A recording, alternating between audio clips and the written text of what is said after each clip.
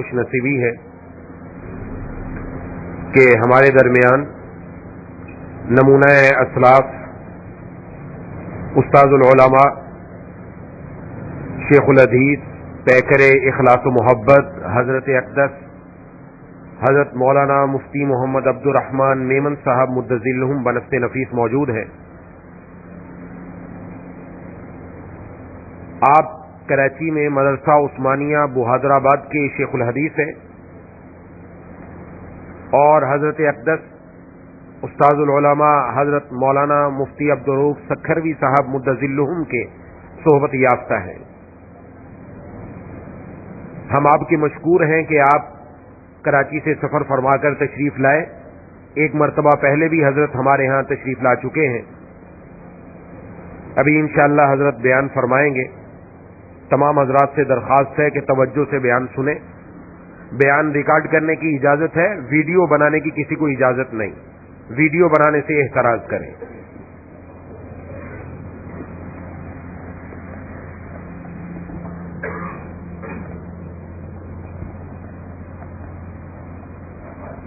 اللہ اکبر.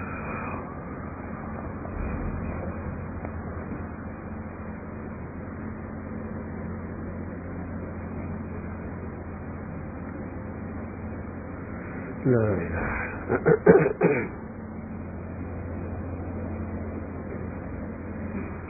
بسم اللہ الرحمن الرحیم.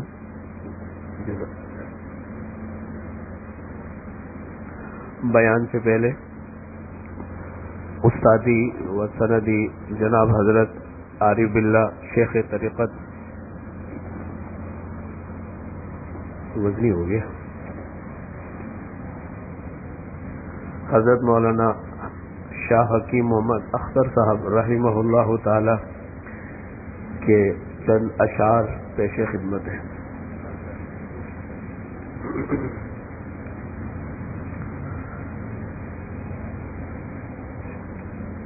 ہے اسی طرح سے ممکن تیری راہ سے گزرنا. اللہ پاک سے خطاب ہے. ہے اسی طرح سے ممکن تیری راہ سے گزرنا. کبھی دل پہ صبر کرنا, کبھی دل سے شکر کرنا. ہے اسی طرح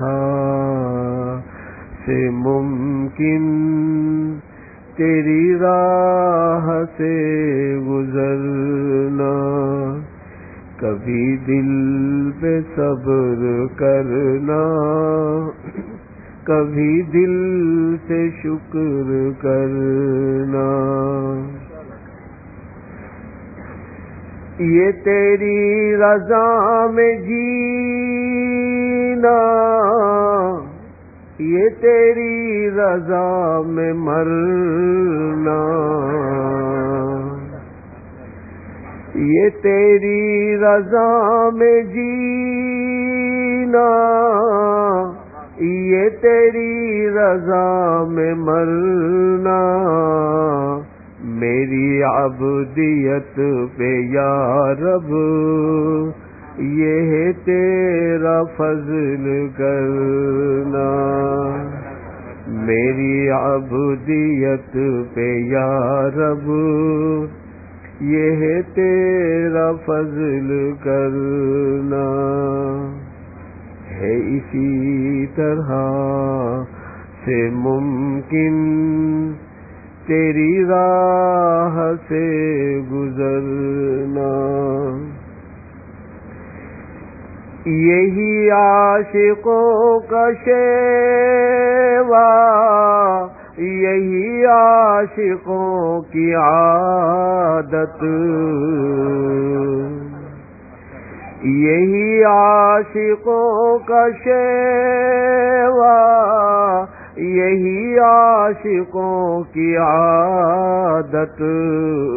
کبھی گریہ بکا ہے، کبھی آہ سرد بھرنا، کبھی گریہ بکا ہے، کبھی آہ سرد بھرنا، ہے اسی طرح سے ممکن تیری راہ سے گزرنا۔ میری زندگی کا حاصل، میری زیست کا سہارا،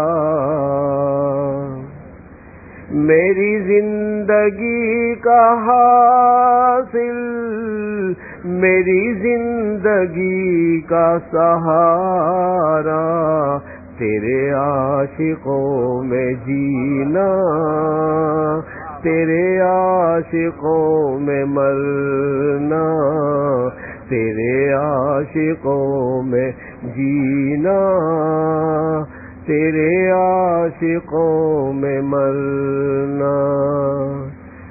میری زندگی کا حاصل، میری زیست کا سہارا، تیرے عاشقوں میں جینا، تیرے عاشقوں میں مرنا، تیرے عاشقوں میں جینا، تیرے عاشقوں میں مرنا، ہے اسی طرح سے ممکن تیری راہ سے گزرنا۔ مجھے کچھ خبر نہیں تھی تیرا درد کیا ہے یا رب، مجھے کچھ خبر نہیں تھی تیرا درد کیا ہے یا رب، تیرے عاشقوں سے سیکھا تیرے سنگ در پہ مرنا، تیرے عاشقوں سے سیکھا تیرے سنگ در پہ مرنا۔ مجھے کچھ خبر نہیں تھی تیرا درد کیا ہے یا رب، تیرے عاشقوں سے سیکھا تیرے سنگ در پہ مرنا، ہے اسی طرح سے ممکن تیری راہ سے گزرنا۔ میرا ہر خطا پہ رونا یہی میری تلافی، میرا ہر خطا پہ رونا ہے یہی میری تلافی، تیرے رحمتوں کا صدقہ میرا جرم عفو کرنا، تیری رحمتوں کا صدقہ میرا جرم عفو کرنا، میرا ہر خطا پہ رونا ہے یہی میری تلافی، تیری رحمتوں کا صدقہ میرا جرم عفو کرنا، ہے اسی طرح سے ممکن تیری راہ سے گزرنا۔ آخری شعر ہے۔ کسی اہل دل کی صحبت جو ملی کسی کو اختر،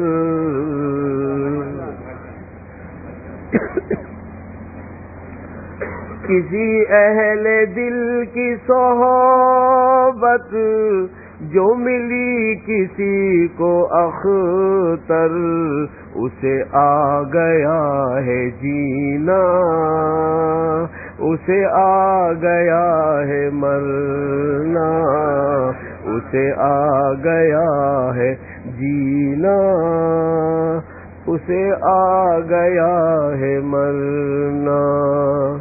کسی اہل دل کی صحبت جو ملی کسی کو اختر، اسے آ گیا ہے جینا، اسے آ گیا ہے مرنا۔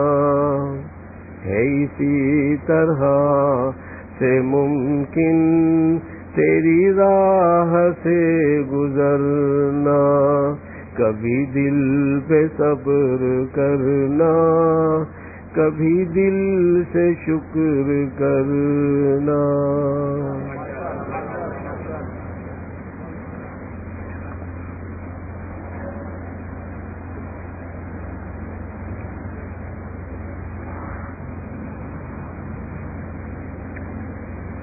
الحمد لله نحمده ونستعينه ونستغفره ونؤمن به ونتوكل عليه ونعوذ بالله من شرور أنفسنا ومن سيئات أعمالنا، من يهده الله فلا مضل له ومن يضلله فلا هادي له، ونشهد أن لا إله إلا الله وحده لا شريك له، ونشهد أن سيدنا ونبينا ومولانا محمدا عبده ورسوله، صلى الله تعالى عليه وعلى آله وأصحابه وبارك وسلم تسليما كثيرا كثيرا۔ أما بعد، فأعوذ بالله من الشيطان الرجيم، بسم الله الرحمن الرحيم۔ يا أيها الذين آمنوا اتقوا الله وقولوا قولا سديدا، صدق الله مولانا العظيم وصدق رسوله النبي الكريم، ونحن على ذلك لمن الشاهدين والشاكرين، والحمد لله رب العالمین۔ بزرگان محترم اور برادران عزیز اور محترم خواتین،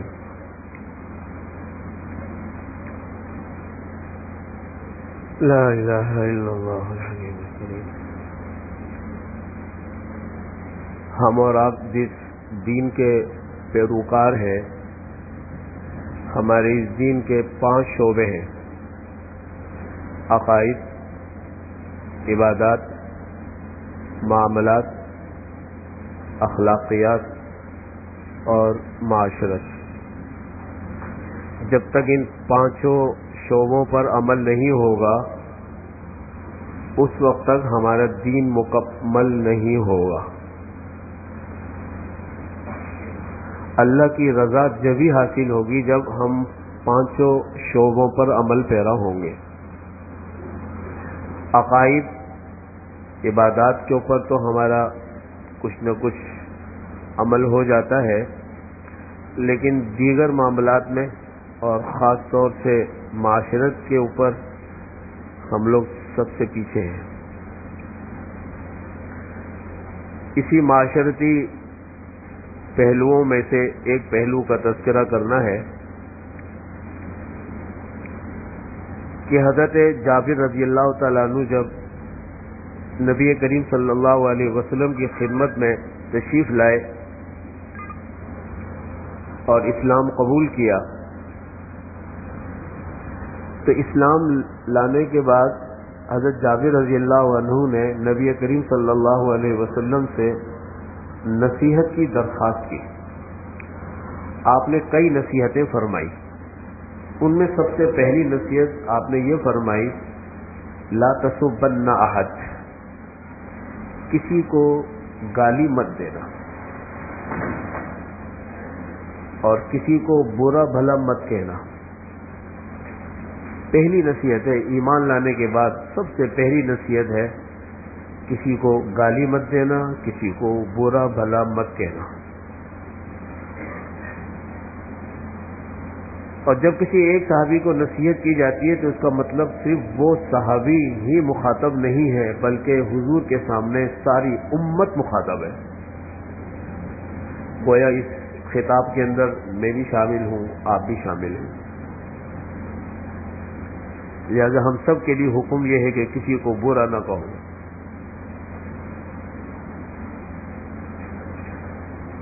انبیاء کرام علیہم الصلوۃ والسلام کا بھی یہی وتیرہ رہا. نبی کریم صلی اللہ علیہ وسلم کا بھی یہی طریقہ رہا. برا کوئی نہیں، کسی کو برا نہیں کہنا ہے. انبیاء کرام علیہم الصلوۃ والسلام کا واقعہ قرآن کریم کے اندر آتا ہے کہ امتوں نے کہا انا لنراک فی ضلال مبین. انبیاء کو کہا ہم آپ کو دیکھتے ہیں کہ آپ سری گمراہی کے اندر مبتلا ہیں.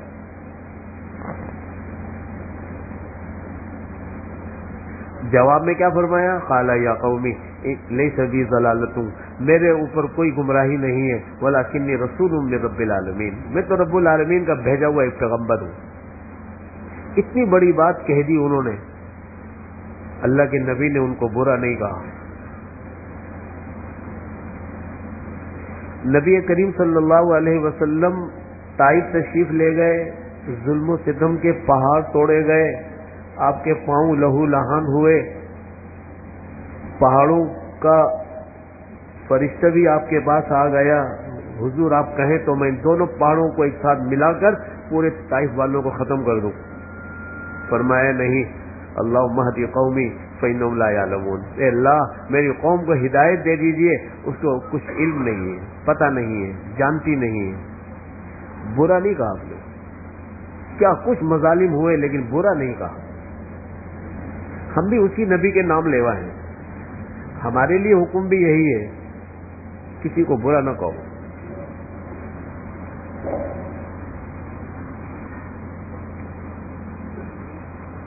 ہمارے سارے اکابر کا یہ حال رہا. ہم انہی اکابر کے نام لیوا ہیں. اللہ اکبر.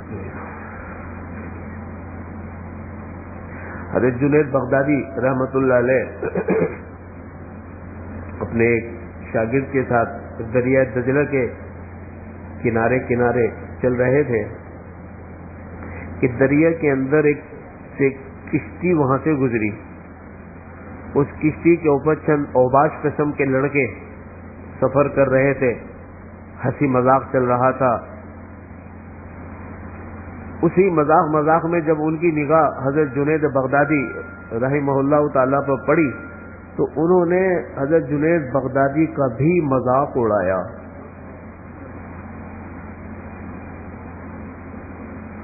تو یہ شاگرد ساتھ تھے، کہنے لگے کہ حضرت یہ آپ کا مذاق اڑا رہے ہیں، آپ ان کے لیے بد دعا کیجیے. حضرت نے فوراً ہاتھ اٹھا دیے، فوراً ہاتھ اٹھائے. اے اللہ جیسے تو نے ان نوجوانوں کو دنیا کے اندر خوشیاں دی ہیں، اے اللہ ان کو آخرت کی خوشیاں بھی عطا فرما. برا نہیں کہا، برا نہیں کہا، جنت کی خوشیوں کی دعا دے دی. سارے قابل کا ہمارا یہ حال ہے.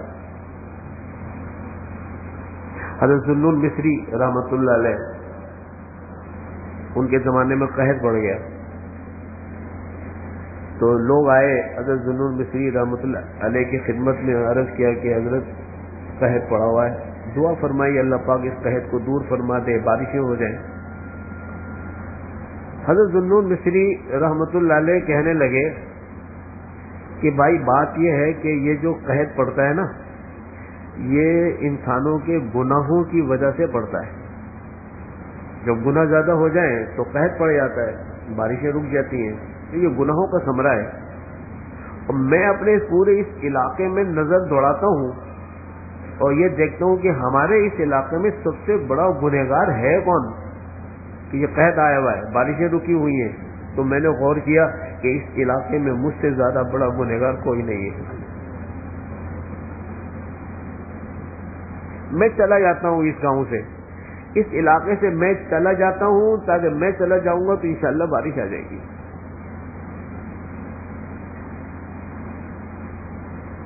کوئی کسی کو برا نہیں کہہ رہے, اپنے آپ کو تو کہہ رہے ہیں, کسی اور کو برا نہیں کہہ رہے.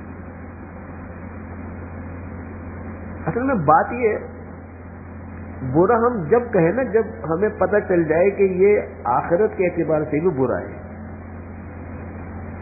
اعتبار تو انجام کا ہے نا, دنیا میں کون کس طرح زندگی گزار رہا ہے, آخرت میں جا کر کیا حال ہوگا اس کا, یا دنیا ہی کے اندر آگے چل کر وہ کیا ہوگا, کسی کو کچھ پتہ نہیں ہے. جب پتہ نہیں ہے تو پھر برائی کیسی.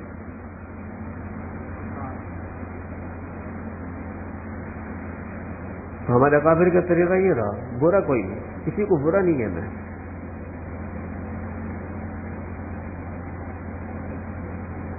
حضرت شاہ اسماعیل شہید رحمۃ اللہ علیہ شہزادے تھے, شاہی خاندان سے تھے, شہزادے تھے. دلی کی جامع مسجد میں جمعہ پڑھاتے تھے, بیان کرتے تھے, اور مسجد, شاہی مسجد کچا کچ بھری ہوئی ہوتی تھی, ہزاروں لوگ اس کے اندر ہوتے تھے. ایک مرتبہ جمعے کے بیان کے دوران مجمع بھرا ہوا ہے, مسجد بھری ہوئی ہے, ہزاروں لوگ موجود ہیں. ان ہزاروں لوگوں کے درمیان میں ایک شخص نے بیچ میں کھڑے ہو کر کہہ دیا, اسماعیل صاحب آپ تو حرام زادے ہیں.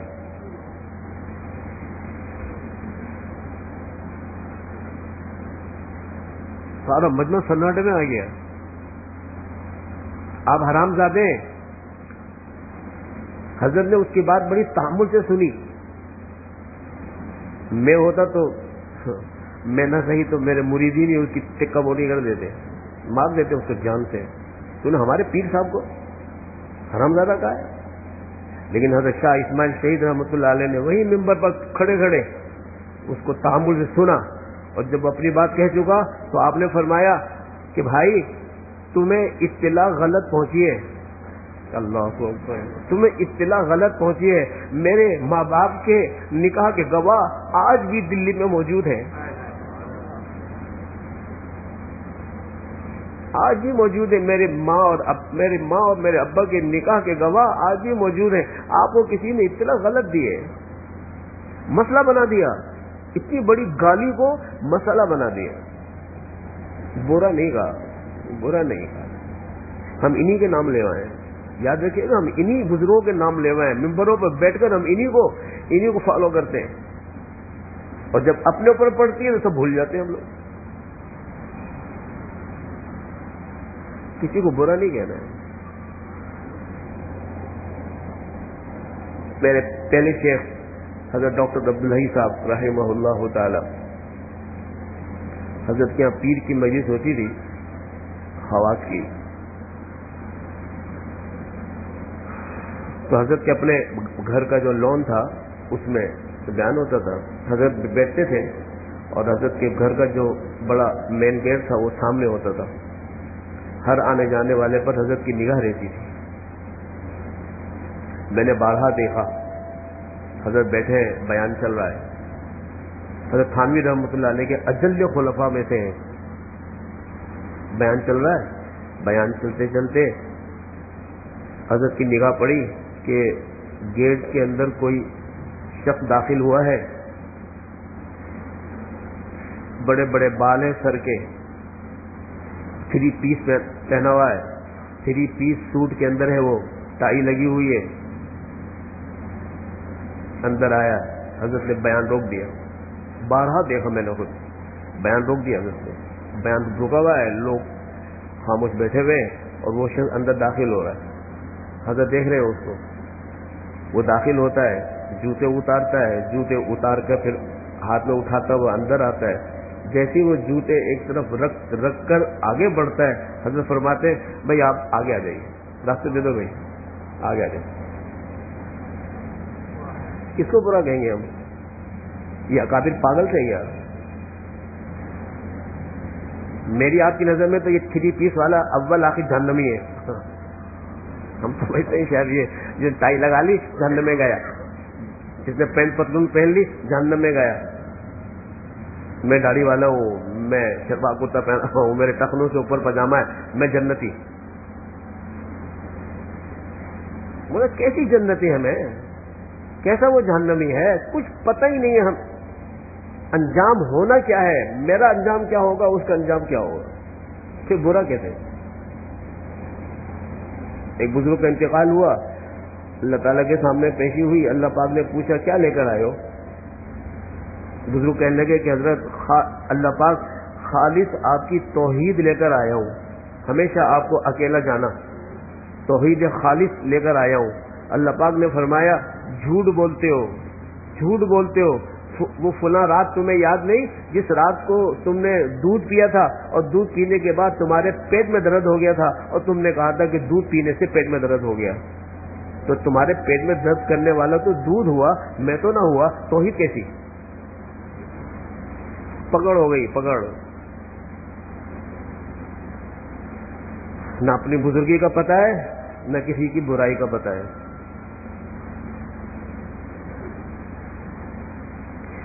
وہ ایک بزرگ سے کسی نے کہہ دیا، ہوتے نا بعض مولوی بیزار، مولوی صاحب جا رہے تھے، بزرگ جا رہے تھے، تو کوئی آدمی سامنے سے آیا اور اس کے ہاتھ میں کتا تھا، کتے کو لے کر جا رہا تھا۔ بزرگ پر نگاہ پڑی تو بزرگ سے کہنے لگا تم تو میرے کتے سے بدتر ہو، میرے کتے سے بدتر ہو، اس کی بڑی گالی دی۔ بزرگ کہنے لگے بھائی اس کا فیصلہ تو ابھی نہیں ہو سکتا، کون بہتر ہے کون بہتر نہیں ہے اس کا فیصلہ ابھی نہیں ہوگا، اگر تو قیامت کے دن میری بخشش ہو گئی، میری بخشش ہو گئی تو بھائی تم میں کتے سے بہتر ہوں، اور اگر قیامت میں میری پکڑ ہو گئی اور مجھے جہنم میں جانا پڑ گیا تو بھائی تم صحیح کہہ رہے ہو، میں کتے سے بدتر ہوں، صحیح کہہ رہے ہو۔ پھر یہ کسی کو برا کہہ کر کسی کو برا ثابت کرنا اور اس کو برا سمجھنا کیا مانا جا رہا ہے، پتہ ہی نہیں ہے۔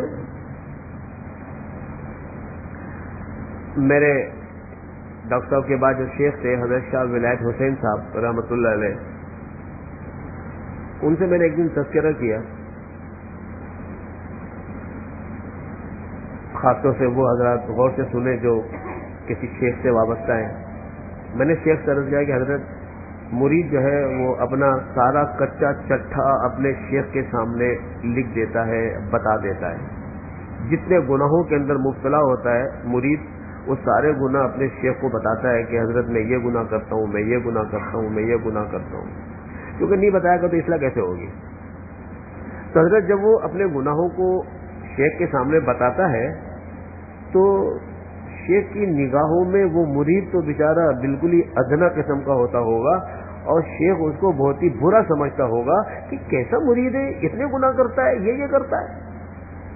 تو شیخ کے دل میں تو اس کی برائی ہوتی ہوگی، شیخ اس کو برا سمجھتا ہوگا۔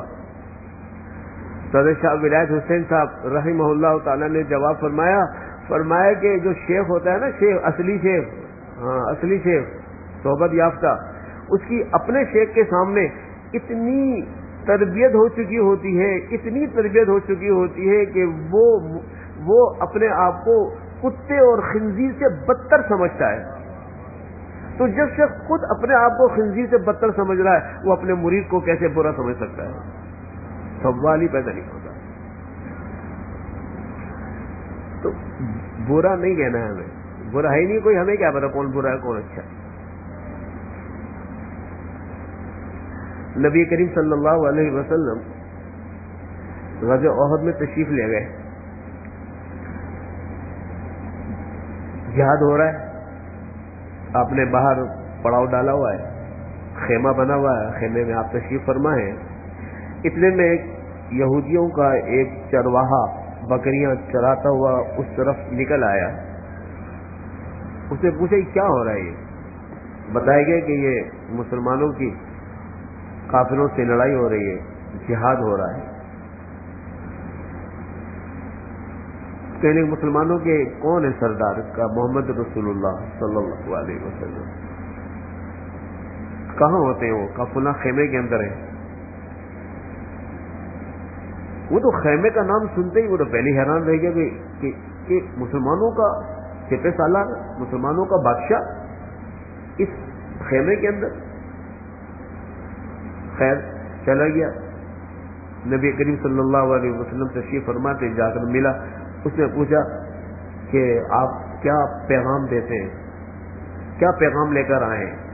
آپ نے اپنا پیغام پہنچایا کہ میں پیغام یہ دیتا ہوں کہ مانو اللہ ایک ہے، ساری دنیا میں کرتا دھرتا وہ ایک ہی ہے، اور میں اللہ کا رسول ہوں. اس نے کہا جی میں اگر یہ بات آپ کی مان لوں،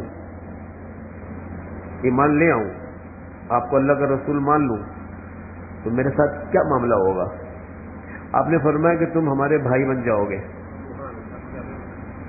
اور ہم تمہیں سینے سے چمٹا لیں گے. وہ تلوار کہنے لگا کہ مجھے سینے سے چمٹائیں گے؟ آپ مسلمانوں کے بادشاہ، میرے کپڑوں سے بدبو آ رہی ہے، میرے بدن سے بدبو آ رہی ہے، میں حبشی کالا، اور آپ مجھے گلے سے لگائیں گے؟ آپ نے فرمایا کہ ہاں تم اگر ایمان لے آؤ گے ہم تمہیں گلے سے لگائیں گے، اور اللہ تمہارے بدن کی بدبو کو خوشبو سے تبدیل کر دیں گے، اور تمہاری اس کالب کو، تمہاری اس سیاہی کو اللہ تعالیٰ نور سے تبدیل کر دیں گے. وہ فوراً ایمان لے آیا، لا الہ الا اللہ محمد رسول اللہ. کہنے لگا حضور بتائیے اب میرے ذمہ کیا کام ہے، مجھے کیا کرنا ہے اب ایمان لانے کے بعد؟ فرمایا کہ نہ تو نماز کا وقت ہے کہ میں تمہیں کہوں کہ نماز پڑھو، نہ تمہارے پاس مال ہے کہ تم سے کہوں کہ زکوٰۃ نکالو، نہ رمضان کا مہینہ ہے کہ تم سے کہوں کہ روزے رکھو، نہ حج کا موسم ہے کہ کہوں کہ تم حج پہ جاؤ. اس وقت تو اللہ کی عبادت یہ تلواروں کی چھاؤں میں ہو رہی ہے. تلوار کی چھاؤں میں اللہ کی عبادت ہو رہی ہے، جہاد ہو رہا ہے، تم اس میں شریک ہو جاؤ. اس نے کہا جی میں اگر اس جہاد میں شریک ہو گیا، بڑا ہوشیار تھا، کہنے اگر میں جہاد میں شریک ہو گیا تو دو باتوں میں سے ایک بات ہے، یا بچ جاؤں گا، غازی بن جاؤں گا، یا شہید ہو جاؤں گا. تو اگر میں شہید ہو گیا تو کیا ہوگا میرے ساتھ؟ تو اللہ کے رسول صلی اللہ علیہ وسلم نے فرمایا کہ اگر تم جہاد کرتے ہوئے شہید ہو گئے، اللہ تمہارے سارے گناہوں کو معاف کر دیں گے، اللہ تمہارے بدن کی بدبو کو خوشبو سے تبدیل کر دیں گے، تمہاری سیاہی کو نور سے تبدیل کر دیں گے، اور تمہیں اللہ پاک جنت عطا فرمائیں گے. کہنا اچھا ٹھیک ہے. اور وہ تلوار لے کر گیا اور سیدھا جہاد میں شریک ہوا، اور کچھ دیر کے بعد وہ شہید ہو گیا. ایک نماز نہیں پڑھی، ایک پائی کی زکوٰۃ نہیں دی، کوئی روزہ نہیں، کوئی حج نہیں، کوئی دیگر نیک کام نہیں، بس آنن فانن کفر سے اسلام میں آیا، اور اسلام میں آتے ہی چند سیکنڈوں کے اندر وہ جنت میں پہنچ گیا. کس کو برا کہیں گے آپ؟ جو ابھی تھوڑی دیر پہلے یہودی تھا، چرواہا تھا، ہم اس کو کیسے برا کہہ سکتے ہیں؟ ابھی کیا ہونے والا ہے اس کے ساتھ کسی کو کچھ پتہ نہیں، ہم کس کو برا کیسے کہیں گے؟ جہاد جب ختم ہوا اور شہیدوں کو جمع کیا گیا تو نبی کریم صلی اللہ علیہ وسلم نے ایک چکر لگایا تو دیکھا کہ ایک شخص کے اوپر صحابہ کرام جمع اکٹھا کیے ہوئے ہیں اور اس کو دیکھ رہے ہیں. حضور وہاں سے گزرے، پوچھا کیا ہوا؟ کہ حضور جتنے ہمارے مسلمان بھائی شہید ہوئے ان کو تو ہم پہچانتے ہیں، یہ کون شخص ہے پتہ نہیں، اس کو تو ہم جانتے ہی نہیں. اس نے کہا دکھاؤ کون ہے. اب آگے گئے، آپ نے دیکھا تو وہی یہودی چرواہا جو ابھی مسلمان ہوا اور ابھی اللہ کے راستے میں لڑتا ہوا شہید ہو گیا. آپ نے فرمایا میں جانتا ہوں، اور گواہ ہو جاؤ اللہ نے اس کو جنت میں بھیج دیا، اور اللہ نے اس کی بدبو کو خوشبو سے تبدیل کر دیا ہے، اللہ نے اس کی سیاہی کو اللہ نے نور سے تبدیل کر دیا. اور ایک جگہ میں نے پڑھا کہ حضور صلی اللہ علیہ وسلم نے چرواہے کو شہید دیکھ کر منہ پھیل لیا. صحابہ نے پوچھا یا رسول اللہ آپ نے منہ کیوں پھیرا؟ آپ نے منہ کیوں پھیرا؟ فرمایا کہ میں نے اس چرواہے کو دیکھا کہ اس کے ساتھ 2 جنت کی حوریں چمٹی ہوئی تھی، تو مجھے ان حوروں کو دیکھ کر شرم آئی، اس لیے میں نے منہ پھیر لیا. کس کو برا کہیں گے؟ یہی چرواہا ابھی چند منٹ پہلے کیا تھا اور اب کیا سے کیا ہو گیا. کچھ پتہ نہیں کس کا انجام کیا ہونا ہے. حضور کے قریب میں ایک یہودی رہتا تھا، اس کا بچہ نبی کریم صلی اللہ علیہ وسلم کی کبھی کبھی خدمت بھی کرتا تھا. پتہ چلا نبی کریم صلی اللہ علیہ وسلم کو کہ اس یہودی بچے کا انتقال ہو رہا ہے. حضور تشریف لے گئے اور اس کے گھر جا کر آپ نے اس بچے سے کہا کہ کہو کلمہ پڑھو لا الہ الا اللہ محمد رسول اللہ. اس بچے نے باپ کو دیکھا پوچھنے کے لیے، تو باپ نے کہا ہاں ابو القاسم کی بات مان لے. اس نے فوراً کلمہ پڑھا اور اس کی روح نکل گئی. اس کو برا کہیں گے ہم؟ یہ بھی چند منٹ پہلے یہودی کا بچہ تھا، سیدھا جہنم میں جانے والا تھا، حضور کی ذرا سی تلقین سے کلمہ پڑھ کر مسلمان ہو کر جنت میں چلا گیا. کس کو برا کہیں گے؟ کچھ پتہ نہیں کون برا کون اچھا.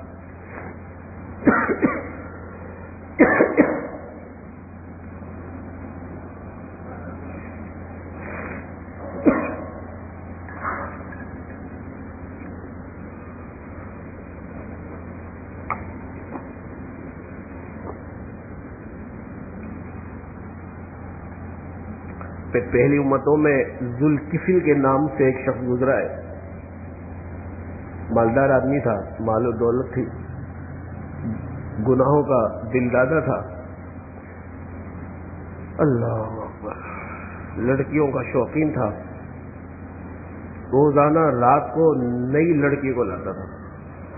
پیسے تھے. ایک دفعہ اس نے ایک لڑکی سے بات کی اور اس کو اپنے گھر لے کر آیا.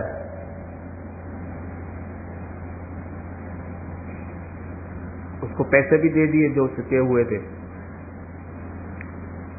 پھر جب یہ تیار ہونے گیا اور تیار ہو کر جب واپس آیا اس لڑکی کے پاس غلط کام کی نیت سے، تو وہ لڑکی تڑپ رہی تھی، کانپ رہی تھی، تڑپ رہی تھی. اس نے کہا، ذوالکفل نے کہا کہ تو کیوں کانپ رہی ہے؟ تو کیوں ڈر رہی ہے؟ کس بات سے تیرے کو ڈر ہے؟ کیا میں نے تیرے کو پورے پیسے نہیں دے دیے؟ کہنے لگی ہاں پیسے تو دے دیے، مگر کبھی میں نے یہ کام آج تک نہیں کیا. میں اللہ سے ڈرتی ہوں، مجھے اللہ کا خوف ہے، میں اللہ سے ڈرتی ہوں. ذوالکفل کہنے لگا جب تو عورت ہو کر اللہ سے ڈرتی ہے تو میں مرد ہو کر کیوں نہیں اللہ سے ڈروں؟ مجھے بھی اللہ کا خوف آ رہا ہے. اور میں چلو کو گواہ بنا کر کہتا ہوں میں نے آج کے بعد سے اس گناہ سے توبہ کر لی.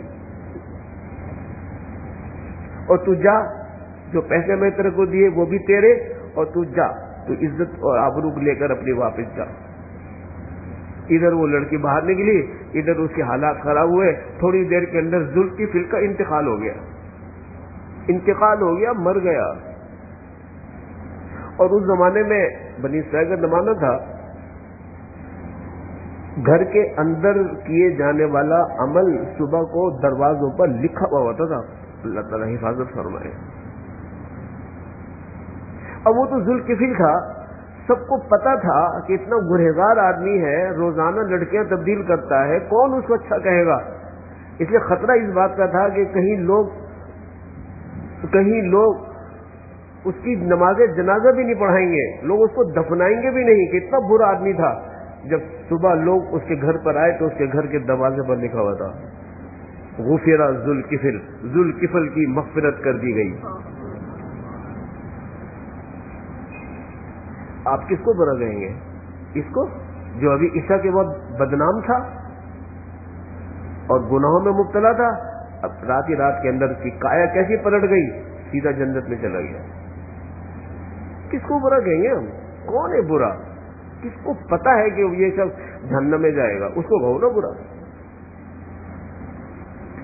اس میں کوئی گنجائش نہیں ہے ہمارے پاس کہ ہم کسی کو برا کہیں، کوئی گنجائش نہیں، نہ عورتوں کے لیے گنجائش ہے، نہ مردوں کے لیے گنجائش ہے، نہ بزرگوں کے لیے گنجائش ہے، نہ غصے میں نہ پیار میں۔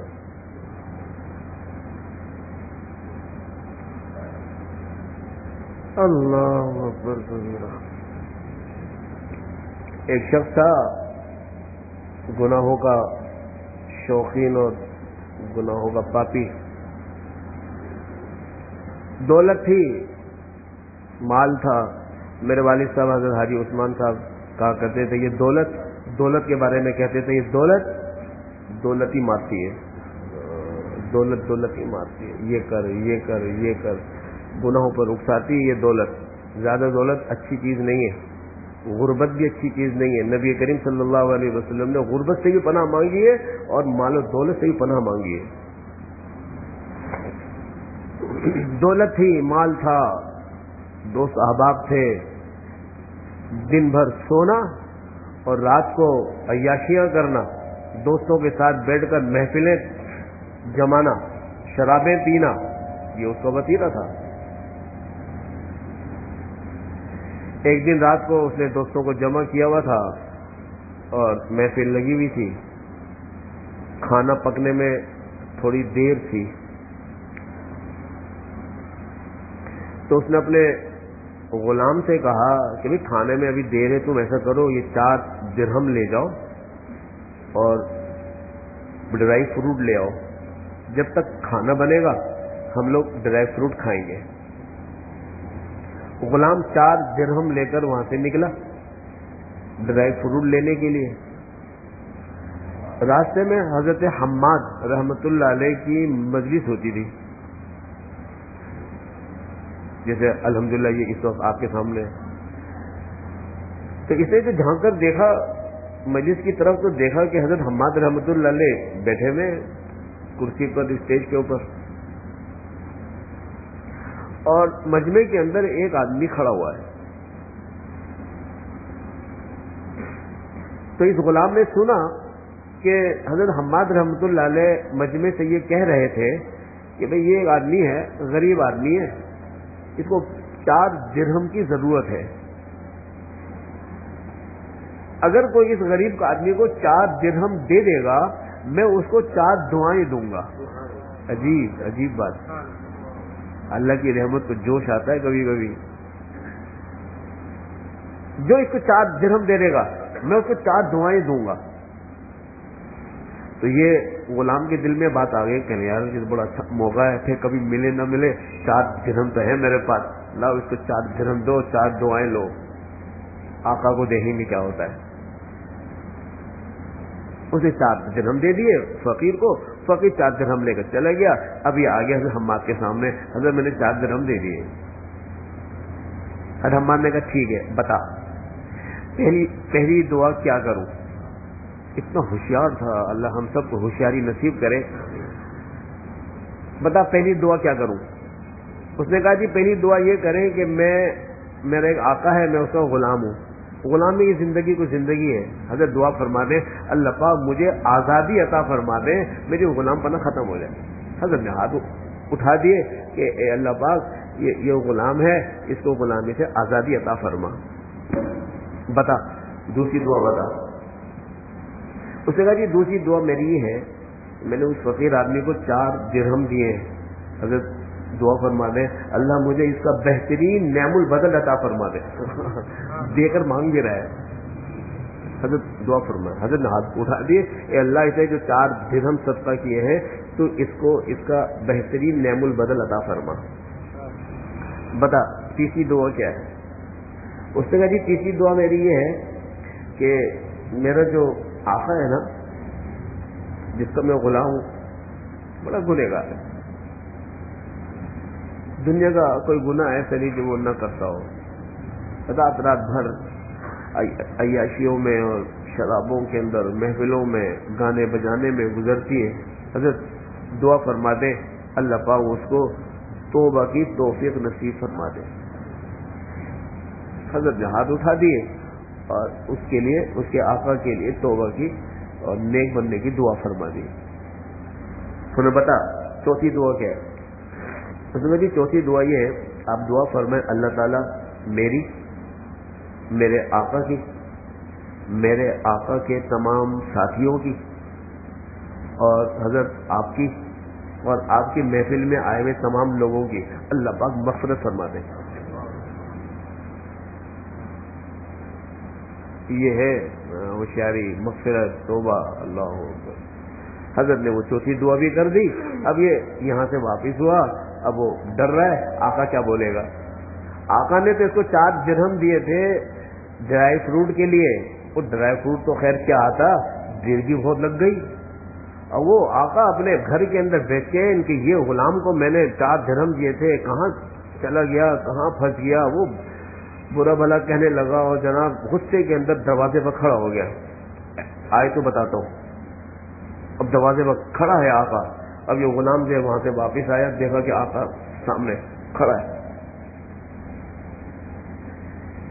اور جیسے وہ قریب آیا تو آقا نے ڈانٹنا شروع کیا، کہنے لگا جی آقا ڈانٹیے نہیں، میں آپ کو پورا واقعہ بتاتا ہوں۔ کہ بتا کیا ہے؟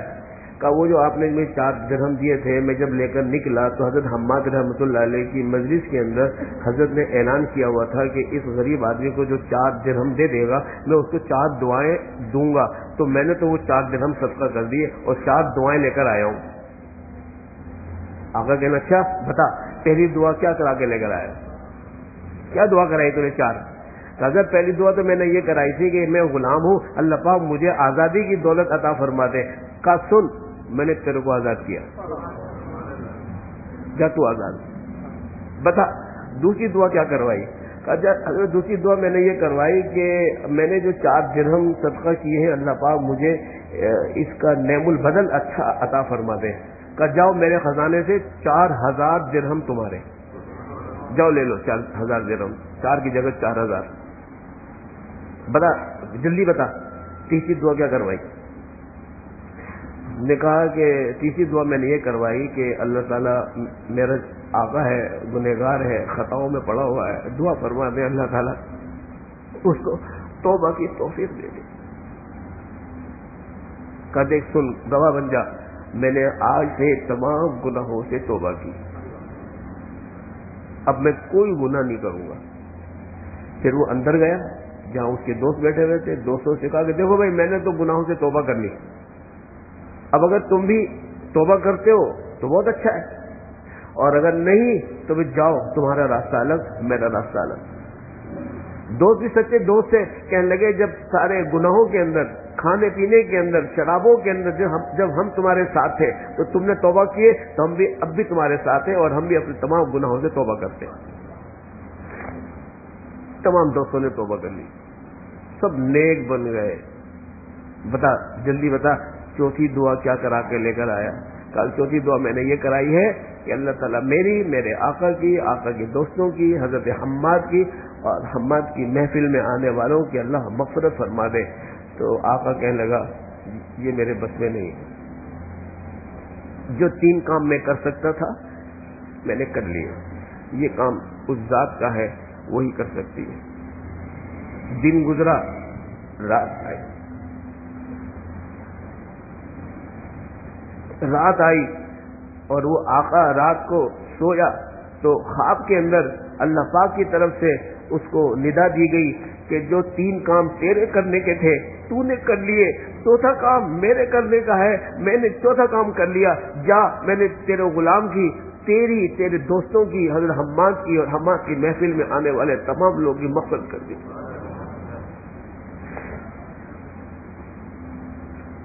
کہاں گئی اس کی برائی؟ کون سا برا تھا وہ؟ کل کیا تھا اور رات میں کیسی کایا پلٹ گئی 4 درہم صدقہ کرنے کے بعد؟ کس کو برا کہیں گے ہم؟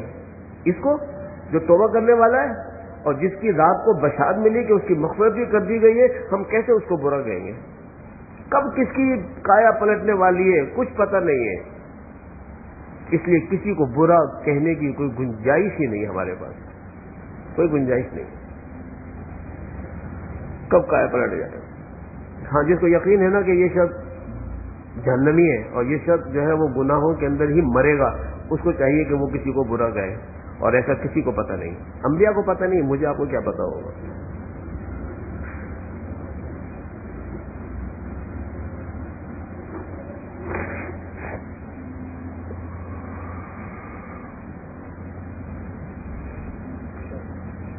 بنی اسرائیل کے اندر ایک شخص تھا فاسق بنی اسرائیل کے نام سے, یعنی اتنا گناہ گار تھا کہ پورے بنی اسرائیل کی قوم کے اندر فاسق بنی اسرائیل کے نام سے مشہور ہو گیا تھا.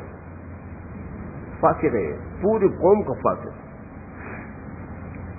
اور اتنا گنہگار تھا کہ لوگوں نے اس بات کا فیصلہ کر لیا تھا کہ جس دن اول تو یہ فیصلہ کیا کہ ہمارا اس سے کوئی تعلق نہیں. سب لوگوں نے اپنے تعلقات ختم کر دیے, یہاں تک کہ بیوی بچوں نے بھی تعلقات ختم کر دیے. اب وہ اپنے گھر کے کمرے میں الگ تھلگ رہتا تھا, کوئی اس کو پوچھتا نہیں تھا, سب نے بائیکاٹ کر دیا اسے. اور پوری قوم نے اس بات کا فیصلہ کر لیا تھا کہ جس دن یہ مرے گا نہ اس کو ہم غسل دیں گے, نہ کفن پہنائیں گے, نہ اس کو قبر کے اندر دفن کریں گے, نہ نماز پڑھیں گے, اور اس کو یوں ہی چھوڑ دیں گے. کتے بلیاں اس کو نوچ کے کھائیں گی تاکہ پوری قوم کو عبرت ہو جائے کہ جو بھی اس طریقے سے حرکتیں کرے گا اس کے ساتھ یہ معاملہ ہوگا. اور یہ فیصلہ ہو گیا. بالآخر وہ ایک دن بیمار ہو گیا, بیماری کی زندگی گزاری, ایک دن انتقال ہو گیا, مر گیا وہ.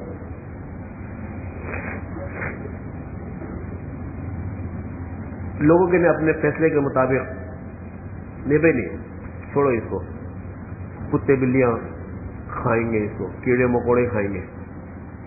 کوئی نہیں آیا اس کو غسل دینے, کفنانے, نماز پڑھنے اور دفنانے کے لیے. وہ پڑا ہوا تھا.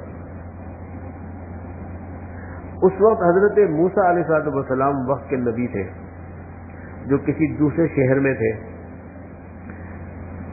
اللہ پاک نے وحی کی اپنے نبی کو, محبوب نبی ہیں حضرت موسیٰ علیہ السلام, محبوب نبی کو وحی کی کہ اے موسیٰ فلاں شہر کے فلاں علاقے میں ہمارا ایک بندہ مر گیا, ہمارا ایک بندہ مر گیا ہے, تم جاؤ اس کو غسل دو, اس کو کفن پہناؤ, اس کی نماز جنازہ پڑھو اور اس کو دفناؤ.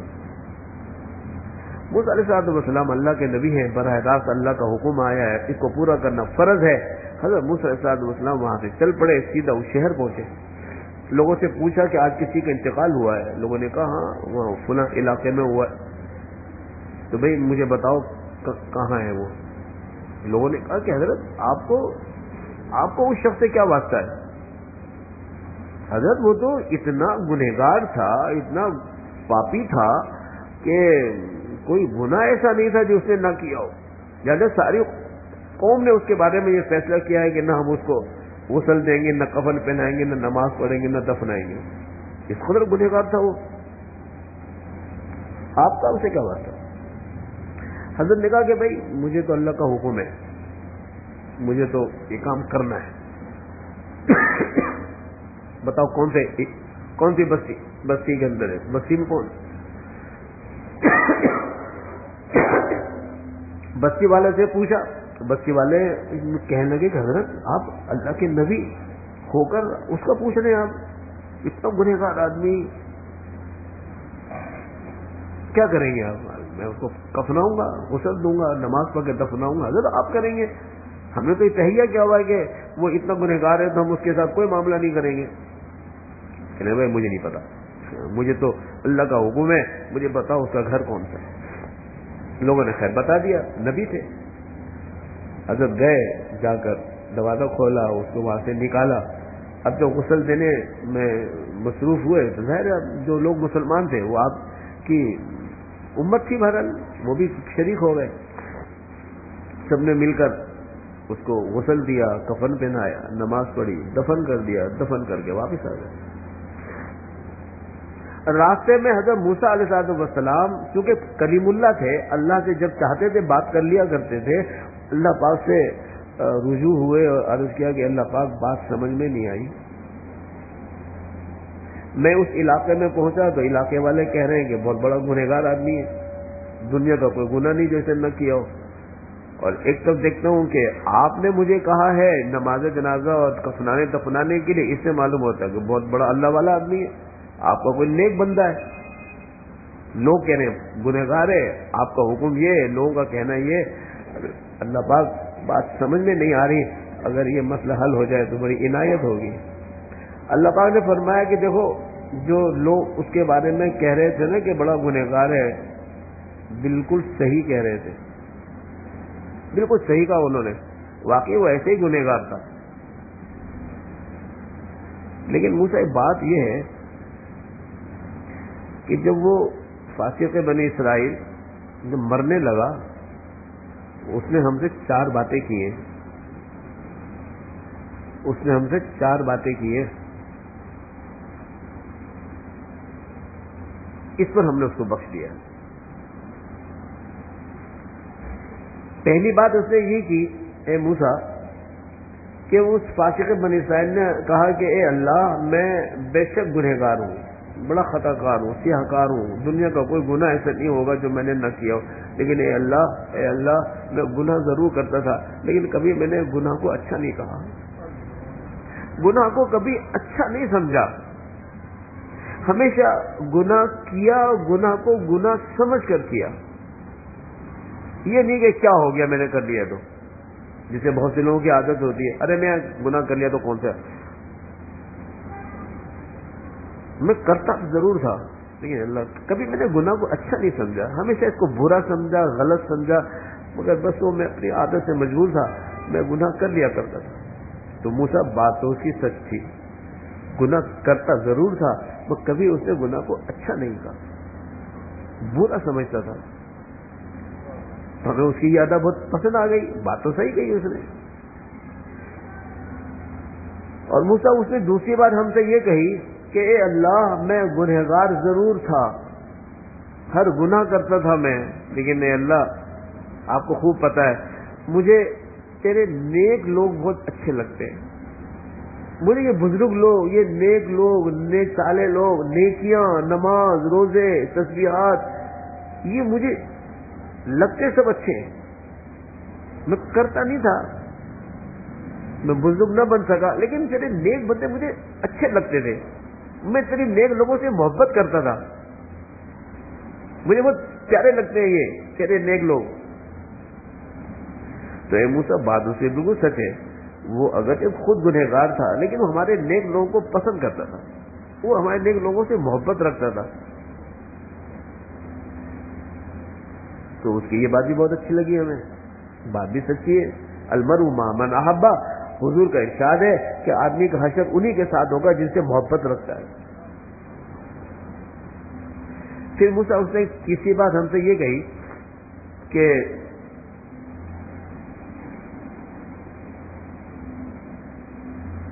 کہ اے اللہ پاک میں بہت بڑا گنہگار ہوں, بہت بڑا خطا کار ہوں,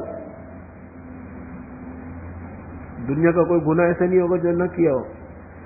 اللہ پاک اگر میرے گناہوں کو معاف کرنے میں اگر آپ کی رحمت میں کمی آتی ہے, کہ آپ کا خزانہ رحمت میں کمی آ جائے گی, اے اللہ ہرگز مت بخش,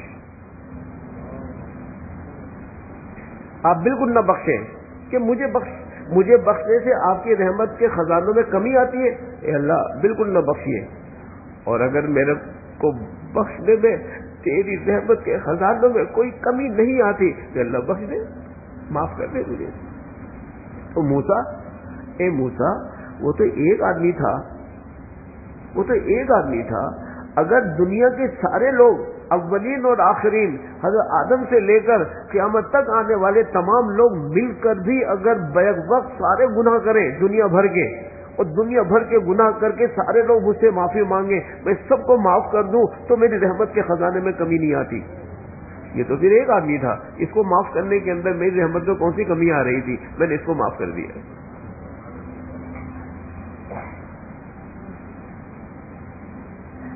اور موسیٰ ایسی چوتھی بات یہ کہی کہ اے اللہ پاک آپ دیکھ رہے ہیں کہ مجھے قوم والوں نے بالکل الگ تھلگ کر دیا، گھر والوں نے بھی مجھے بالکل الگ کر دیا، مجھے گھر سے باہر نکال دیا. پوری قوم میں، میرے گھر والوں میں کوئی نہیں ہے جو میرے سر پر ہاتھ رکھ سکے. میرے سر پر ہاتھ رکھنے والا کوئی نہیں ہے. اے اللہ، اگر تو نے بھی میرے سر کے اوپر سے ہاتھ اٹھا لیا، میں کہاں جاؤں گا؟ میں جاؤں گا کہاں؟ تیری مخلوق نے ہاتھ اٹھا لیے، خالق بھی اگر میرے سر کے اوپر سے ہاتھ اٹھا لے، اللہ آپ ہی بتائیے پھر میں جاؤں کہاں؟ تو وہ سب بات تو کی سچ ہے، ساری مخلوق نے ہاتھ اٹھا لیے، میں بھی اگر اس کے اوپر سے ہاتھ اٹھا لیتا تو بیچارہ جاتا کہاں؟ بس اس بنیاد پر میں نے، سب مخلوق تو الگ ہو گئی تھی، میں نے آپ کو حکم دیا کہ آپ جائیں اور اس کو غسل دیں اور کفنائیں اور نماز پڑھ کر اس کو دفنائیں. بتائیے کس کو برا کہیں گے ہم؟ اس فاسق بنی اسرائیل کو؟ اس فاسق بنی اسرائیل کو جو دنیا بھر کے گناہ کرتا رہا، اس کو برا کہیں گے؟ اس کی نماز جنازہ وقت کے نبی حضرت موسیٰ نے پڑھائی ہے. کب کس کی کایا پلٹ جائے، کب کون راہ پر آ جائے، کب اللہ پاک اس کی بخشش کر دے، کسی کو پتہ نہیں ہے. جب پتہ نہیں ہے تو برائی کیسی؟ برا کیسے ہم کس کو کہہ سکتے ہیں؟ کوئی گنجائش نہیں ہے ہمارے پاس کہ ہم کسی کو برا کہیں، کوئی گنجائش نہیں.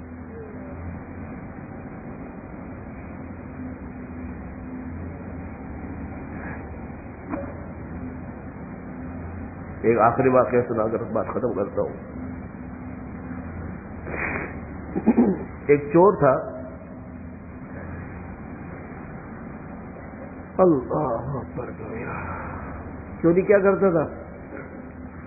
ایک دن اس نے اپنی پلاننگ جو بنائی وہ یہ کہ اب یہ تو روز روز کی تھوڑی تھوڑی چوری کرنا اور پھر دن بھر کھا کر ختم کر دینا، پھر دوبارہ چوری، پھر کھا کر ختم، پھر دوبارہ چوری. میں تو تھک گیا ہوں.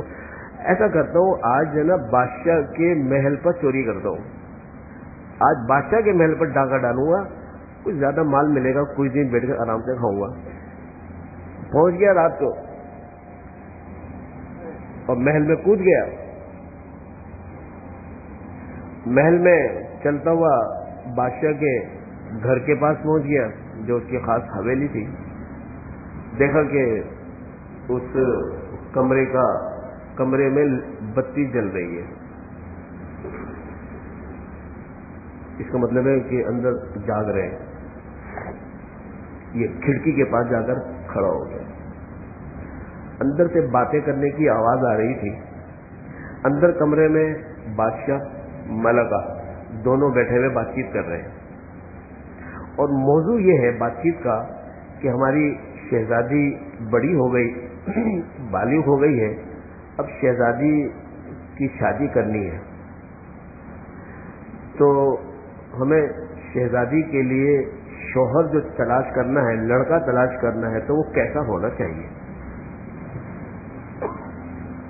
ملکہ نے کہا کہ ہم لوگ بادشاہ لوگ ہیں، ہماری شہزادی کے لیے کوئی شہزادہ ہونا چاہیے.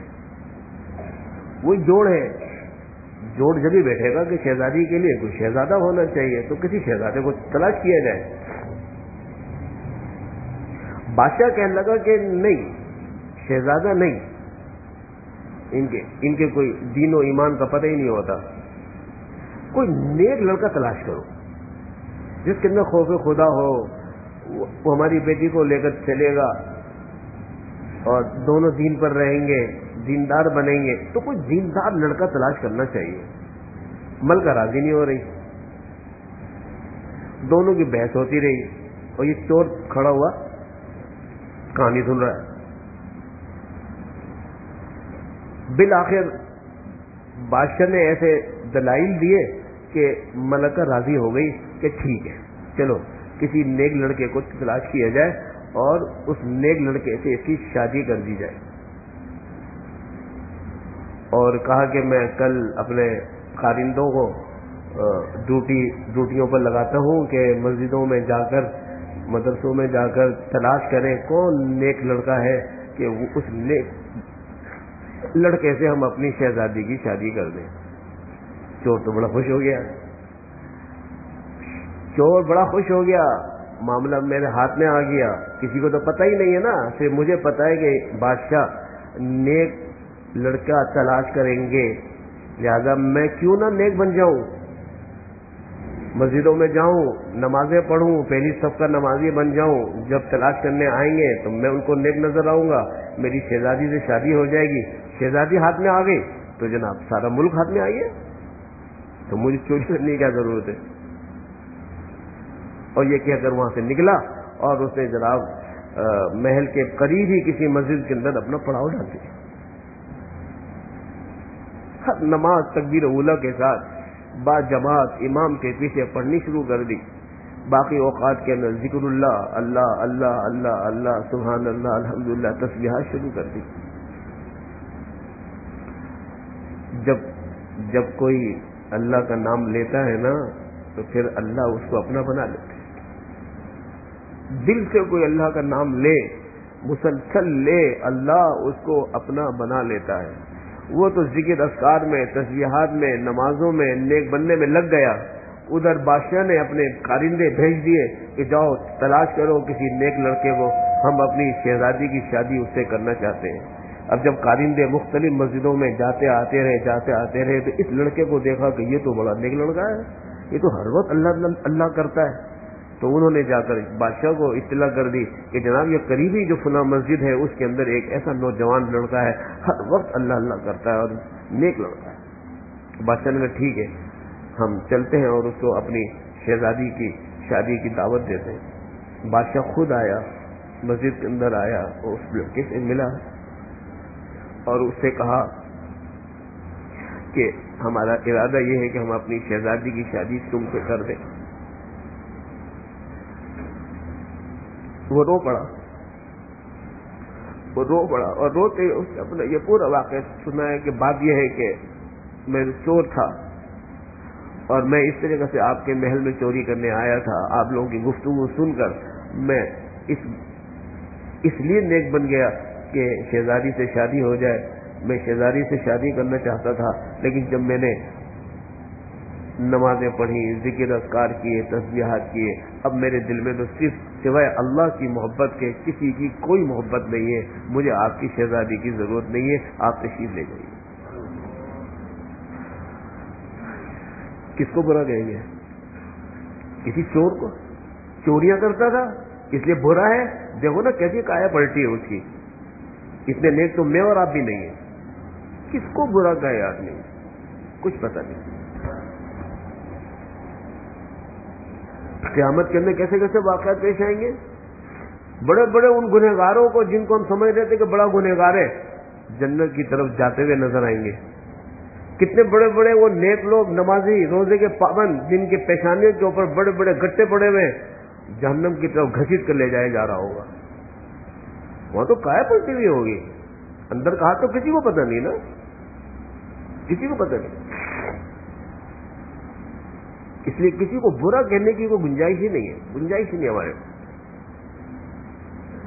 قیامت کے میدان میں مشہور واقعہ ہے، ایک آدمی کے ترازو میں نیکی اور گناہ جو ہے وہ تولے جائیں گے تو دونوں برابر ہو جائیں گے۔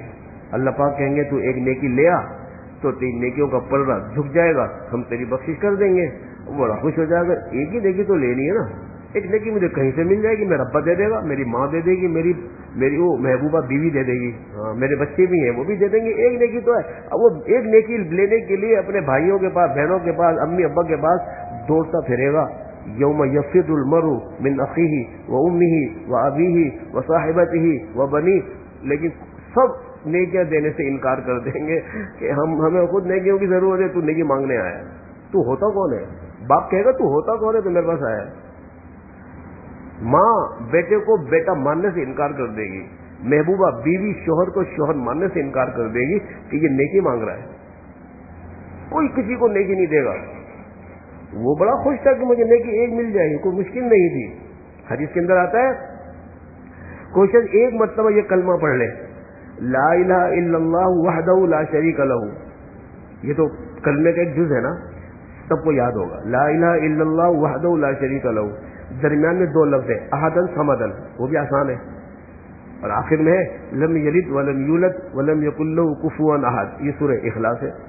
قولوا اللہ لا الہ الا اللہ وحدہ لا شریک لہ احدن صمدن لم یلد ولم یولد ولم یکن لہ کفوا احد.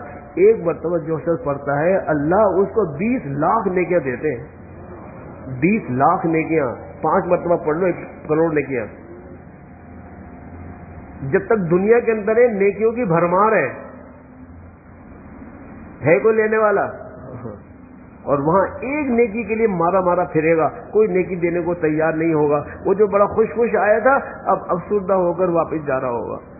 راستے میں ایک آدمی ملے گا، پوچھے گا خیریت تو ہے، بڑے افسردہ نظر آ رہے ہو. کہنے لگا بھائی میرا حساب کتاب ہوا، نیکی گناہ سب برابر ہو گئے، مجھے کہا گیا کہ ایک نیکی لے آؤ جو تمہاری بخشش ہو جائے. میں تو سب کے پاس گیا، کوئی نیکی دینے کو تیار ہی نہیں ہے.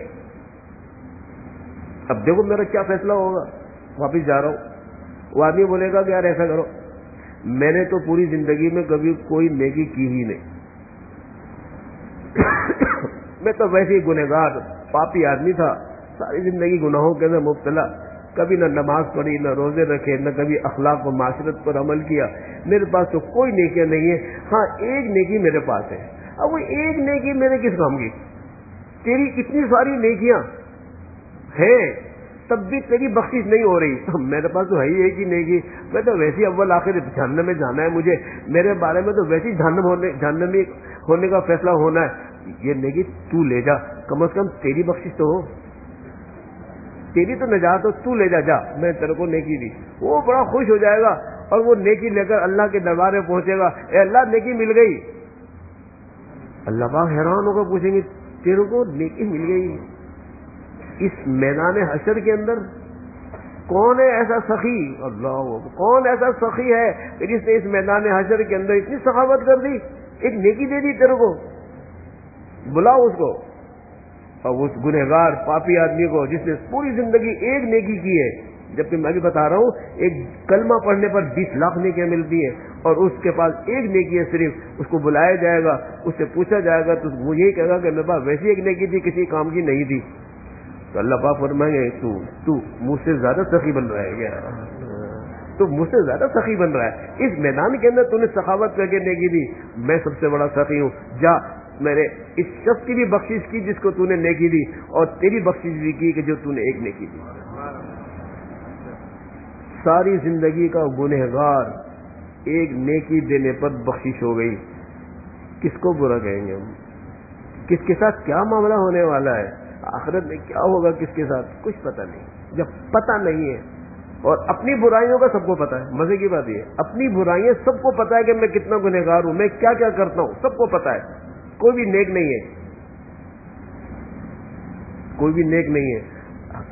اگر کوئی اپنا آپ کو نیک سمجھتا ہے نا، وہ دھوکے میں ہے. دھوکے میں ہے، یاد رکھنا دھوکے میں ہے وہ جو اپنے آپ کو نیک سمجھتا ہے. ہمارے گنہگار ہونے پر تو نبی کریم صلی اللہ علیہ وسلم نے مہر لگا دی ہے، کلو بنی آدم خطاؤن. مہر لگی ہوئی ہے، سرکاری مہر ہے. ہاں سرکاری مہر ہے. سوائے انبیاء کرام علیہ السلام کے کوئی آدمی بھی نیک نہیں ہے، سب گنہگار ہیں. تو جب اور ہر شخص کو اپنے گناہوں کی خبر یقینی طور پر حاصل ہے. تو اپنے گناہوں پر یقین ہے کہ میں ایسا، دوسرے کو برا کہنے کی کیا گنجائش اس کے پاس ہے کہ کیا اس کے ساتھ معاملہ ہونے والا ہے. دنیا میں کب اس کی کایا پلٹ جائے، آخرت میں نہ معلوم اس کے ساتھ کیا معاملہ ہونے والا ہے. لہٰذا بھائی حضرت جابر رضی اللہ عنہ کو جو پہلی نصیحت فرمائی، کسی کو برا نہ کہو. بس آج ہماری بات کا حاصل بھی یہی ہے، کسی کو برا نہ کہو، اپنی اصلاح کرو، اپنے آپ کو برا سمجھو. ایک میں ہی برا ہوں، باقی سب لوگ اچھے ہیں. دوسروں کو اچھا، اپنے کو برا کہتے رہیں گے تو زندگی بڑی خوشگوار گزرے گی. نہ کسی سے لڑائی ہوگی، نہ کسی سے جھگڑا ہوگا، اور ہنسی خوشی زندگی گزرے گی. اللہ تعالیٰ مجھے بھی آپ تمام حضرات کو عمل کرنے کی توفیق عطا فرمائے.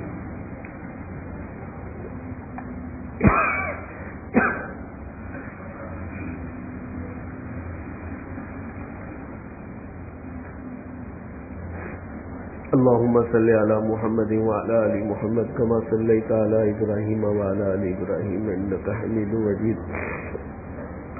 اللهم بارك على محمد وعلى آل محمد كما باركت على إبراهيم وعلى آل إبراهيم. ربنا آتنا في الدنيا حسنة وفي الآخرة حسنة وقنا عذاب النار. ربنا لا تزغ قلوبنا بعد إذ هديتنا وهب لنا من لدنك رحمة إنك أنت الوهاب. ربنا ظلمنا أنفسنا وإن لم تغفر لنا وترحمنا لنكونن من الخاسرين. یا ارحم الراحمین یا ذا الجلال والاکرام، محض اپنے فضل و کرم سے ہم تمام مسلمانوں کے تمام گناہوں کو معاف فرما. اے اللہ ہم سب کی اصلاح فرما. اے اللہ ہمیں اپنے گناہوں کو دیکھنے کی توفیق عطا فرما، دوسرے لوگوں کے گناہوں سے صرف نظر کرنے کی توفیق عطا فرما. اے اللہ ہم کسی کو برا نہ کہیں، کسی کو برا نہ سمجھیں، سب کی بھلائی اور سب کی اچھائی ہمارے دلوں میں پیدا فرما. یا ارحم الراحمین یا ذا الجلال والاکرام، محض اپنے فضل و کرم سے ہم سب کو پورے دین پر عمل کرنے کی توفیق عطا فرما، پورے اسلام میں داخل ہونے کی توفیق عطا فرما. اے اللہ نیکیوں والی زندگی عطا فرما، گناہوں والی زندگی سے توبہ کرنے کی توفیق عطا فرما. یا ارحم الراحمین، جو مسلمان بیمار ہیں جہاں کہیں بھی ہو اللہ سب کو شفا اور صحت کاملہ نصیب فرما. پریشان حالوں کی پریشانیاں دور فرما، جو مشکلات میں پھنسے ہوئے ہیں ان کی مشکلات کو آسان فرما، جو بے روزگار ہیں ان کو جائز اور حلال روزگار نصیب فرما، جو حرام روزگار میں مبتلا ہیں اللہ ان کو بھی وہاں سے نکال کر حلال روزگار نصیب فرما. اے اللہ جو بے اولاد ہیں ان کو نیک اور صالح اولاد عطا فرما، جو نرینہ اولاد سے محروم ہیں ان کو نرینہ اولاد سے بھی مالا مال فرما، جو رشتوں کے لیے پریشان ہیں ان کو بہتر سے بہتر رشتے عطا فرما، نیک اور صالح رشتے عطا فرما، حلال کمانے والے رشتے عطا فرما. اے اللہ جو دنیا سے جا چکے ہیں ان کی کامل مغفرت فرما. اے اللہ ان کی قبروں کو نور سے بھر دیجیے، ان کے عذاب قبر کو دور فرما دیجیے. اے اللہ جن کی مغفرت فرما دی ہے ان کے درجات کو بلند فرما. اے اللہ ہم سب کو موت آنی ہے، ہماری موت کو آسان فرما. موت کے وقت کی شدتوں سے ہم سب کی حفاظت فرما، آسانی اور راحت والی موت عطا فرما. کلمہ پڑھتے ہوئے لا الہ الا اللہ محمد رسول اللہ ہم سب کو موت نصیب، ایمان کے اوپر اب ہمارا خاتمہ نصیب فرما. یا ارحم الراحمین یا ذا الجلال والاکرام، نیک کام کرتے ہوئے موت عطا فرما، گناہوں کی حالت میں ہم سب کی موت سے ہماری حفاظت فرما. جس وقت آپ ہم سے راضی ہوں اس وقت کی موت عطا فرما، جب آپ ہم سے ناراض ہوں یا ہم کسی گناہ میں مبتلا ہوں اے اللہ اس وقت کی موت سے ہم سب کی حفاظت فرما. یا ارحم الراحمین ہم سب کی قبروں کو بھی جنت کا باغیچہ بنا. اے اللہ ہماری قبروں میں جنت کی کھڑکی نصیب فرما، جنت کا بچھونا نصیب فرما، جنت کی ہوائیں عطا فرما، جنت کی خوشبوئیں نصیب فرما. ہم سب کی قبروں کو تا حد نگاہ وسیع فرما. اے اللہ ہر قسم کے عذاب سے ہم سب کی حفاظت فرما، قبر کے کیڑے مکوڑوں سے حفاظت فرما، سانپ بچھوؤں سے حفاظت فرما. کہ اے اللہ وہاں سے نکل کر حشر کے میدان میں ہونے والے تمام گناہوں سے ہم سب کی، تمام عذابوں سے ہم سب کی حفاظت فرما. اے اللہ حشر کے میدان کی تمام ہولناکیوں سے ہماری حفاظت فرما. حشر کے میدان میں نبی کریم صلی اللہ علیہ وسلم کی شفاعت نصیب فرما. آپ کے ہاتھوں سے حوض کوثر کا پانی نصیب فرما. دائیں ہاتھ میں ہم سب کو نامہ اعمال عطا فرما. یا ارحم الراحمین یا ذا الجلال والاکرام، دنیا اور آخرت کی ہر خیر عطا فرما، دنیا اور آخرت کی ہر شر سے حفاظت فرما. نبی کریم صلی اللہ علیہ وسلم نے جو خیریں مانگی ہمیں بھی عطا فرما. نبی کریم صلی اللہ علیہ وسلم نے جن شرور اور فتنوں سے پناہ مانگی ہے ہم سب کو اس سے پناہ نصیب فرما. یا ارحم الراحمین یا ذا الجلال والاکرام، اپنے فضل و کرم سے ہم حاضرین اور حاضرات مرد اور خواتین جو بھی تشریف لائے ہوئے ہیں اللہ ہم سب کو پورے دین پر عمل کی توفیق عطا فرما. خاص طور سے آج جو بیان ہوا کہ ہم کسی کو برا نہ کہیں، اس کو پوری طرح ہم عمل کرنے کی توفیق عطا فرما. یا ارحم الراحمین محض اپنے فضل و کرم سے اور نبی کریم صلی اللہ علیہ وسلم کی امتی ہونے کے طفیل میں ہم سب کی دعاؤں کو قبول فرما. ربنا تقبل منا انك انت السميع العليم وتب علينا انك انت التواب الرحيم وصلى الله تعالى على النبي الكريم محمد وآله وأصحابه أجمعين آمين برحمتك يا أرحم الراحمين.